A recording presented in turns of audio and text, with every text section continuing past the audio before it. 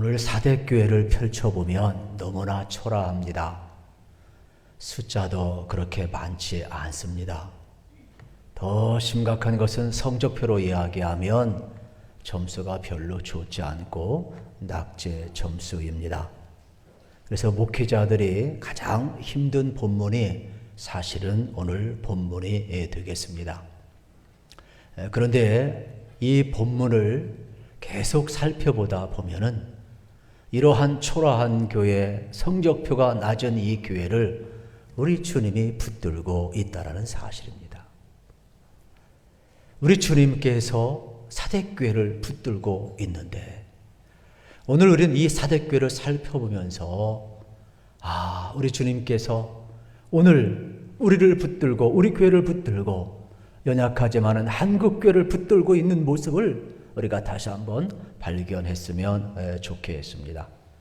사대교회는 잘 알려지지 않았습니다.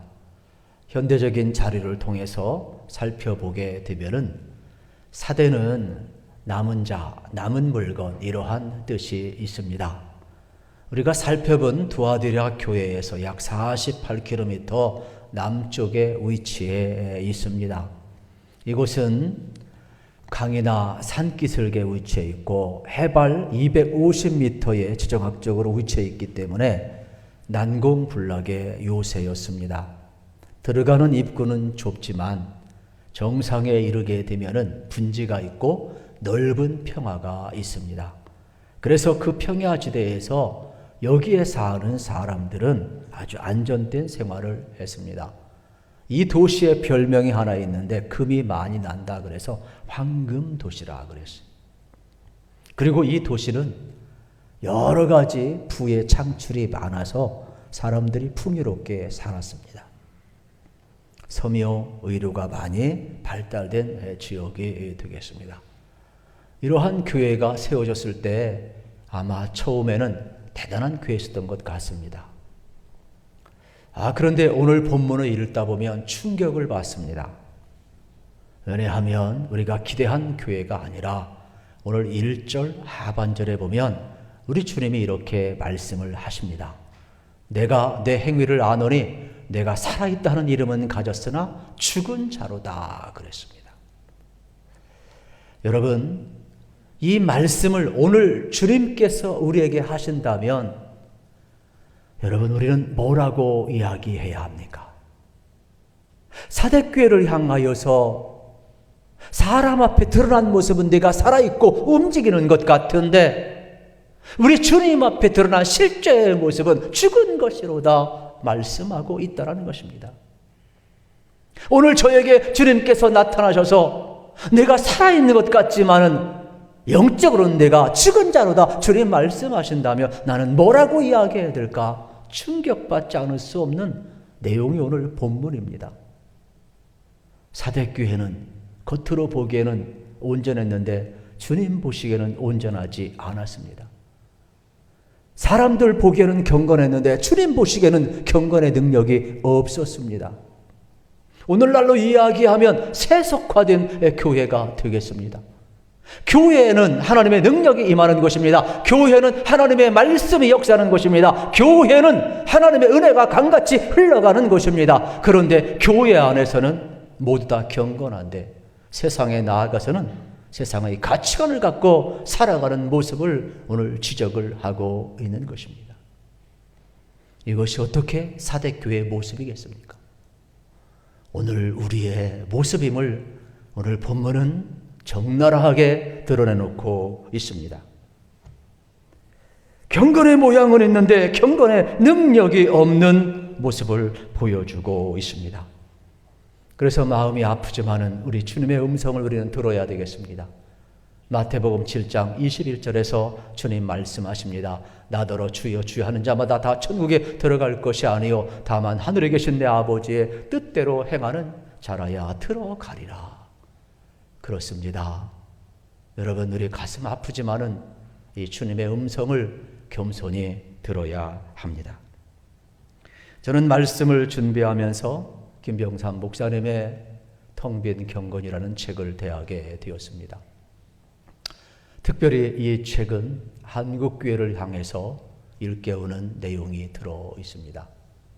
위선과 경건의 차이점이 무엇일까? 위선과 경계선상에 있는 우리 그리스도인들을 향해서 경고성 메시지를 전달해 주고 있습니다. 여러분, 성경에 보게 되면은 하나님의 말씀대로 경건하게 살고자 했던 무리가 바리새인들입니다. 또 하나님의 말씀을 가르치며 살았던 서기관들입니다. 그런데 이들을 향하여서 주님은 일가를 날립니다. 독사 이 자식들아, 휘칠한 무덤 같도다. 겉으로는 잔디를 덮여서 여러분 무덤이 아름다운데 속에는 시체 썩은 게 있다, 이 말이에요. 여러분, 경건한 자들을 향하여 위선자라고 주님이 책망을 하십니다. 그러면 우리는 바리새인보다 낫는가? 서기관들보다 낫는가? 그렇지 않잖아요. 그러면 이 성경이 기록된 말씀은 어떻게 사대교회만 그러겠어요? 어떻게 바리새인 서기관들만 그렇겠어요? 텅 빈 경건, 우리와 한국교회를 향하여서 경건의 모양은 있지만 속을 들어가 보면 하나님이 없고 거룩함이 없고 하나님의 능력이 없고 진실함이 없고 정직함이 없고 믿음이 없고 긍휼이 없고 하나님의 영광이 떠나갔음을 우리에게 텅 빈 강정 같은 모습을 우리에게 지적해주고 있는 것입니다. 참된 경건이란 하나님의 마음을 알고 여러분 우리 속에 하나님 모시고 살아야 되는데 어느 순간부터 우리 중심에는 세상이 들어와 있고 돈이 들어와 있고 쾌락이 들어와 있고 우리의 믿음의 행위조차도 하나님의 영광을 지향하기보다는 우리의 평안과 안정과 행복한 삶을 살기 위해서 믿음을 이용하고 하나님을 이용하는 그러한 위치로 전락시켜버린 우리의 모습을 보게 되는 것입니다. 사랑하는 성도 여러분, 우리 주님께서 이 말세지마를 상징하는 7교회를 향하여 우리 주님이 진단하는 모습을 보면 겉모습이 아닙니다. 양이 아닙니다. 전부 다 질입니다. 7교회를 향하여 우리 주님이 진단할 때 교회가 얼마나 크냐 묻지 않았습니다. 교인 수가 얼마냐 묻지 않았습니다. 헌금이 얼마냐 묻지 않았습니다. 프로그램이 얼마냐 묻지 않았습니다. 어떠한 내용으로 목회하고 있느냐 묻지 않았습니다. 우리 주님께서 묻는 것은 질이었습니다. 우리 주님께서 에베교를 향하여서 따지는 것은 처음 사랑을 잃어버렸다라는 겁니다. 우리가 지금까지 살펴보았지만은 또 다른 교회를 향하여서 내가 이단을 용납하였도다 책망했습니다. 내가 성적으로 타락하였도다 여러분 책망을 했습니다. 행위가 온전하지 않다 책망을 했습니다. 이제 앞으로 살펴보겠지만은 뜨겁지도 않고 차지도 않고 미지근하다고 책망을 했습니다. 우리 주님께서 오늘 따지고 있는 것은 내가 겉으로는 살아있지만은 속으로는 죽었구나, 영적으로 병들었구나, 우리 주님이 죄를 지금 따지고 있다라는 말씀입니다. 그렇다면 오늘 우리도 마찬가지예요. 우리 주님이 우리 교회를 향하여서 교회가 얼마나 크냐, 헌금이 얼마나 많으냐, 성도가 얼마나 많이 있느냐, 무슨 일을 많이 하느냐, 프로그램이 뭐냐 따지질 않아요. 저도 예외가 아니죠. 저도 목회하면서 정말로 출발은 그저 주님 닮은 한 사람만 세울 수 있다면 정말 우리 온 성도를 주님 닮아가는 모습으로 내가 할 수만 있다면 내 소임은 다 한다고 생각했지만 어느 순간부터 교회 성장에 자유롭지 못하고 이 방역을 거치고 코로나19를 겪으면서 우리가 마음대로 참 볼 수 없으니까 여러분 교인들이 여러 가지 모습 속에서 참 방황하고 흔들리고 여러분 저 자신도 예외가 아님을 저는 다시금 깨닫게 되었습니다. 우리 주님이 책망하신다면 정말로 나 자신도 예외가 아니죠. 내가 정말로 지레 목회하고 있느냐 우리 주님이 따진다면 한 사람이라도 예수님을 닮은 사람으로 내가 세우기에 몸부림을 치고 있느냐고 주님이 따진다면 저는 할 말이 없어요. 여러분, 오늘 어느 누가 이 말씀 앞에 자유로울 수 있겠어요? 그럼에도 불구하고 우리 주님께서 사대교회를 또다시 이렇게 진단하시면서 하시는 말씀은 겉으로는 살아있는데 내용에 들어가 보니까 너무 세속화되었다 이 말이에요. 교회 안에서 살아있는데 교회 밖에서는 세상 사람 행세를 하고 있다는 거예요. 내적인 변화가 없어요. 명목상 그리스도인들만 늘어나고 있지 선한 능력을 미치는 교회와 그리스도인이 점점 이루어져 가고 있다는 사실을, 그래서 여기서부터 좀 돌아서라. 디모데후서 여러분 3장 5절에서 경건의 모양은 있으나 경건의 능력은 부인하니 이 같은 자들에게서 내가 돌아서라 주님 말씀하고 있음을 우리는 듣게 되는 것입니다. 돌아서라, 방향을 전환하라는 거예요. 우리 주님께서 사대교회에 보낸 이 말씀, 잘못된 행실에서 돌아서라, 방향 전환을 하라, 경건의 능력을 회복하라고 주님 말씀하고 있습니다. 이렇게 권면하시는 주님의 음성은 2절에서 우리 주님이 사대교회를 향하여 이렇게 권면하십니다. 너는 일깨워 그 남은 바 죽게 된 것을 굳건하게 하라. 내 하나님 앞에 내 행위에 온전한 것을 찾지 못하였노니 말씀하고 있습니다. 일깨어라, 좀 정신 차리라는 겁니다. 심지어 뭐라고 이야기합니까? 굳게 하라. 남은 신앙이라도 좀 굳게 붙들라라는 겁니다. 찾으라, 하나님이 인정하신 행위를 좀 찾으라, 이러한 말이에요.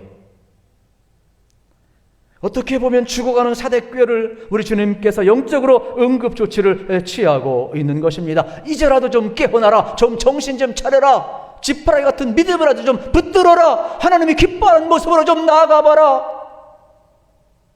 우리 주님이 지금 권고하고 있는 거예요.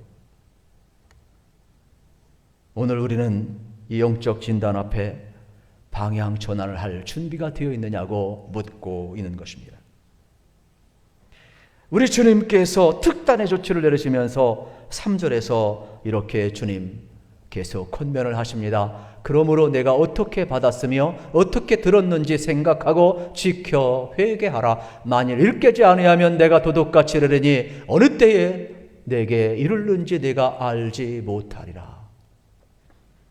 일깨워서 회개하면 주님 오시는 그날 우리가 여러분 심판날 칭찬받지만 도적같이 오셔서 심판하신 그날 우리는 망할 수밖에 없는 거예요. 그러므로 오늘 겉으로 살아있다는 것이 중요한 것이 아니라 주님 보실 때 정말로 오늘 우리가 경건한가? 주님 보실 때 우리 안에 믿음이 있는가? 긍휼이 있는가? 거룩함이 있는가? 정말로 하나님의 정의가 살아있는가? 여러분, 우리 주님이 지금 묻고 있는 겁니다. 우리는 다시 한번 사대교회가 여러분 처음 어떻게 너희가 은혜 받은가를 기억하고 처음 어떻게 복음을 들었을 때 회개하고 감격했는가를 기억해서 그 길로 돌아가라는 거예요. 복음을 듣던 그 자리, 은혜의 그 자리, 주님을 만났던 그 자리에, 다시금 진실했던 그 자리, 거룩했던 그 자리, 믿음의 그 자리 돌아가라는 거예요. 이것이 바로 회개하라는 거예요. 회개는 완전히 방향을 전환하고 돌아가는 겁니다. 무엇으로부터 떨어졌는지 기억을 하고 은혜의 자리로 돌아가라고 이야기하고 있는 것입니다. 그렇습니다. 오늘 우리 교회를 향해서도 동일한 말씀을 주님이 주고 계신 것입니다. 여러분, 오늘날 한국 교회를 다 위기라고 이야기를 합니다. 그래서 오늘 성경은 정신 차려라, 붙잡으라, 그리고 하나님 기뻐하는 모습을 찾으라, 그러면서 어디에서부터 떨어졌는지 다시금 그 은혜의 자리로 돌아서라고 주님 말씀을 하고 있는 것입니다. 실질적으로 우리 한국교회에 오셨던 로렌 커리먼 목사님이 있습니다. 이분은 예수전도단 대표자이시기도 하고 이 시대 하나님이 크게 쓰신 아주 하나님의 신실한 종입니다. 그리고 이 시대에 하나님의 말씀대로 살고 모든 전 세계 사람들에게 영향을 미친 그러한 사람입니다. 저는 이분을 만난 적이 있습니다. 제가 섬기는 멘토가 이분하고 아주 친분이 있어서 한국교회 초대를 하고 또 설교와 많은 강연을 했습니다. 그때 저도 제 섬기는 멘토가 저를 초대해서 그 자리에 가고 또 같이 식사도 하고 또 대화도 하고 또 안수기도도 받고 또 여러 가지 말씀도 나누었습니다. 그런데 그분은 한국교회를 향해서 이렇게 진단하셨습니다. 안타깝지만은 한국교회는 너무 돈을 사랑한대요. 그리고 한국교회는 너무 성적으로 타락했대요. 이거 돌이키지 아니하면 하나님이 손댄대요. 저는 엄청 충격을 먹었습니다. 저도 노예 활동을 하고 총회 활동을 해보지만은 지도자들이 너무 돈을 좋아해요. 돈이면 다 돼요. 돈 앞에 맥을 못 쳐요. 그리고 오늘 우리 사회 속에 드러났고 안 드러나서 그렇지, 여러분 유튜브나 여러분 트윗이나 페이스북이나 여러분 여러 가지 매체를 통하여서 우리가 원턴 원치 아니하던 왜 이렇게 음란한 영상들이 많아요? 어느 누구도 자유롭지 않아요. 우리 교육의 대상인 아이들, 청년들만 아니에요. 이제는 남녀노소를 불문하고 누구든지 다 노출되어 있어요. 그러다 보니까 이렇게 다 중독되어 가고 있고 구분점이 없어요. 세상 사람하고 여러분 믿는 사람하고 구분점이 없는 시대에 살아가고 있어요. 어떻게 여기 말세지마를 상징하는 일곱 교회를 향한 책망으로만 듣느냐 이 말이에요. 우리 그리스도인들이 이 시대에 선한 영향을 미치려면 믿지 않는 사람들하고 달라야 돼요. 똑같아 가지고는요 영향이 없어요. 그렇다면 오늘 우리가 비슷한 통계 수치가 있으니까 영향이 없다라는 전제 통계가 나오는 겁니다. 이러한 안타까운 시대에 우리가 신앙생활하고 있고 목회하고 있는 것은 정말로 통탄할 일인 거지요. 그런데 더 안타까운 것은 뭐냐면 사실 그분은 진단을 하지 않았지만 우리 한국 사회의 가장 큰 문제는 거짓말입니다. 이 검사들이요 모든 그 안건을 처리할 때 이 법정에서 보면은 이 사기, 위증, 무고 막 이런 거를 처리하는데 70% 에너지를 소모한다는 거예요. 여러분 우리가 1천만 그리스도인 이야기하고 있는데 우리 사회 속에 최소한 25% 이상 어쨌든 여러분 우리가 다 신앙을 갖고 있는 사람인데 70% 이상이 거짓말하는 그 문제 해결하는데 에너지를 쏟고 있다고 그러니 얼마나 우리가 진실하지 않은 거예요. 저도 봐도요. 이곳에서 한 말 저곳에서 말을 바꾼 사람 너무 많이 봐요. 어떻게 청문했다만 의증이 드러납니까? 제가 활동을 해보니까 정말로 말에 책임을 안 지는 사람이 너무 많아요. 여기서 다르고 저기서 다르고 우리 그리스도인들이 자기 한 말에 대해서 책임을 져야 되는데 참 안타까운 거예요. 우리 주님이 말씀하셔요. 여기에서 돌아서라. 여러분 사대교회만 우리 주님이 이렇게 진단한 것 아니잖아요. 오늘 우리와 한국교회를 진단하시면서 겉으로는 살아있고 1천만을 자랑하고 있지만 주님이 영적으로 진단해 보니까 병들었도다. 이제 돌아서라. 회개하라. 그러면서 우리 주님께서 이 초라한 교회를 아직도 붙들고 계셔요. 그러면서 저는 오늘 말씀을 준비하면서 4절, 5절, 6절에서 저는 그 큰 위로를 받았어요. 여러분 4절 또 5절, 6절에 보면 5절, 6절입니다. 이기는 자는 이와 같이 흰옷을 입을 것이요 내가 그 이름을 생명책에서 결코 지우지 아니하고 그 이름을 내 아버지 앞과 그의 천사들 앞에서 시인하리라. 귀 있는 자는 성령이 교회들에게 하시는 말씀을 들을지어다 그랬어요. 여기서 우리가 집중해야 될 단어는 이기는 자들이에요. 사대교회가 다 쓰러지는 것 같았지만 이기는 자가 있었다라는 거예요. 그리고 옷을 더럽히지 않은 자가 있었다라는 거예요. 그리고 생명책에 기록된 자가 있었다라는 거예요.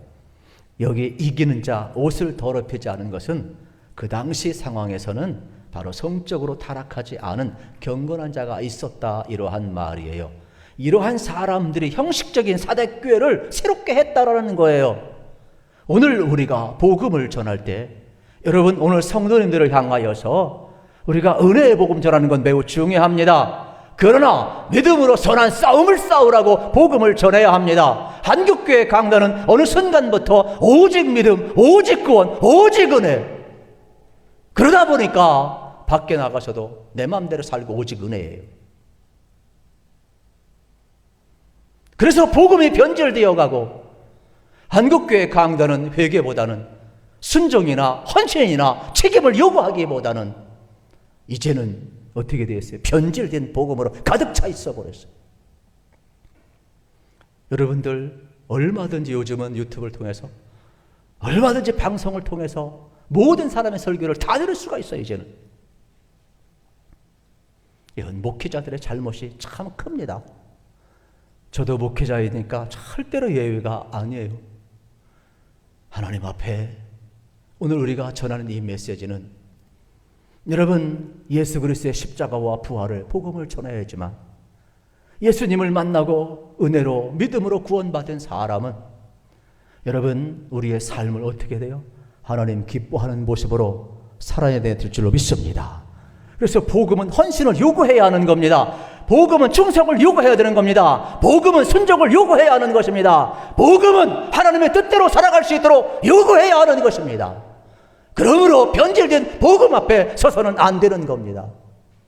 오늘 한국 교회가 우리 그리스도인들이 오늘 이렇게 신리를 철학한 이유는 우리가 다시 한번 되돌아볼 필요가 있는 것입니다. 그런데 사대교회, 이 초라한 성적표의 교회를 이기는 자가 있었대요. 그 사람을 주님이 붙들며 이들은 생명책에 기록되고 내가 아버지 앞에서 그들을 인정하리라 주님 말씀하고 있는 거예요. 우리는 여기에 희망을 찾는 거예요. 그렇구나. 소수지만은 우리 하나님이 붙드는 자가 있구나. 선한 싸움을 싸우는 자가 있구나. 온전히 헌신하는 자가 있구나. 거룩한 삶을 사는 자가 있구나. 저는 그 사람이 저와 여러분이 되기를 축복합니다. 특별히 역사가 토인비는 역사를 움직이는 것은 다수가 아니라고 그랬어요. 창조적 소수라고 그랬어요. 여러분 장르기의 창시자 칼빈도 그랬어요. 우리가 믿음으로 구원받았지만 믿음으로 구원받은 사람은 삶으로 구원받음을 증명해 내야 된다고 그랬어요. 저도 그렇고 여러분도 그렇고 하나님의 살아계심을 믿습니다. 우리는 성경이 하나님의 말씀인 것을 믿습니다. 그렇다면 이 진리의 말씀을 붙들고 말씀대로 살아가는 창조적 소수가 되시기를 우리 주님의 이름으로 축복합니다. 그리고 세상에 나아가서 믿음의 선한 싸움을 싸우시기를 우리 주님의 이름으로 축복합니다. 그리고 우리가 어디서 돌아서야 될지 여러분 성령님이 깨우쳐 주시면 돌아서세요. 돈을 사랑하는 데서부터 돌아서세요. 음란한 데서부터 돌아서세요. 거짓말하는 데부터 돌아서세요. 주님 앞에 충성하지 못하는 데부터 돌아서세요. 여러분의 중심에 하나님이 계시지 아니하고 세상이 있다면 거기서 돌아서세요. 믿음에서 떠난 자 믿음으로 돌아오세요. 여러분 오늘 우리가 긍휼을 구하고 있다면 여러분 긍휼의 자리로 돌아가야 돼요. 정의의 자리로, 정직한 자리로, 신실한 자리로 돌아가야 돼요. 그래서 우리 주님께서 로마서 12장 1절 2절에서 우리에게 이렇게 다시 한번 기회를 주시고 말씀하고 있습니다. 우리 같이 한번 읽겠습니다. 그러므로 형제들아 내가 하나님의 모든 자비하심으로 너희를 권하노니 너희 몸을 하나님이 기뻐하시는 거룩한 산제물로 드리라. 이는 너희가 드릴 영적 예배니라. 너희는 이 시대를 본받지 말고 오직 마음을 새롭게 함으로 변화를 받아 하나님의 선하시고 기뻐하시고 온전하신 뜻이 무엇인지 분별하도록 하라. 아멘. 이 말씀대로 살아가기를 우리 주님 여러분으로 축복합니다.